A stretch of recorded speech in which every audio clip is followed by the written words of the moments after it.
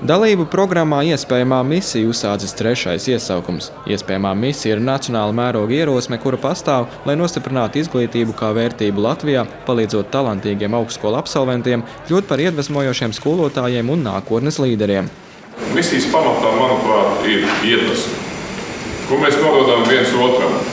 Paši aizraujamies, vienalga vai nopietni vai nenopietni, vai mēs uztveram to kā spēli, vai mēs uztveram to kā tiešām personīgā misija savas tautas labā, bet mēs iedvesmojam viens otru.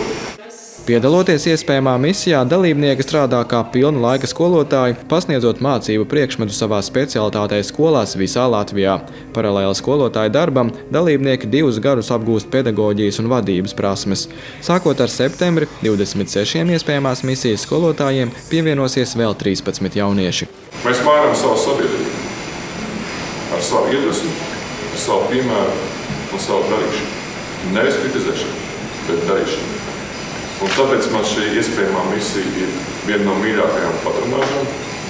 Es pats varu piedalīties, un es jūtu, ka man blakus ir daudz cilvēku, kas dara.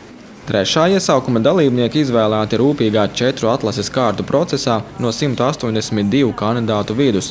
Programmas valdes priekšsēdētāja Ingrīda Blūma apgalvo, šī esot iespēja mainīt izglītības sistēmu, celt skolotāju prestižu un galu galā arī iespēja mainīt valsti.